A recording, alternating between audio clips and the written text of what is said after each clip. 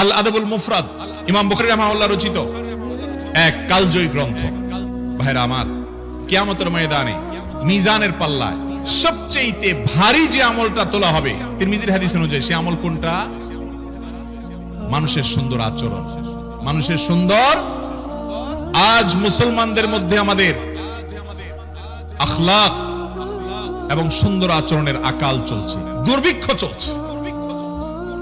আমাদের কাছে অনেক কিছু আছে কিন্তু এটা নাই, যার কারণে আমরা পিছিয়ে আছি। আল আদবুল মুফরাদ ইমাম বুখারী রাহিমাহুল্লাহ রচিত এক কালজয়ী গ্রন্থ। আমি একজন কলেজ ছাত্র। আপনাদের অর্থাৎ আপনি আব্দুল্লাহ জাহাঙ্গীর ইত্যাদি হুজুরের বয়ানগুলো দেখি। আমি কিছু হাদিস পড়তে চাই।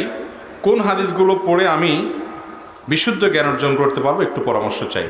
ভাইরা আমার, জ্ঞান অর্জনের জন্য যদি কোনো বই রেকমেন্ড করার কথা বলেন আমাকে, তাহলে আমি বলবো সর্বপ্রথম হলো কোরআনে কারীম অর্থ সহকারে, অন্তত সংক্ষিপ্ত ব্যাখ্যা সহকারে আপনার সংগ্রহে থাকতে হবে, এটা ফার্স্ট। নাম্বার 2, হাদিসের একটা গ্রন্থ আপনার বাসায় থাকবে, কমপক্ষে রিয়াদুস সালেহীন থাকতে পারে আপনার বাসায়।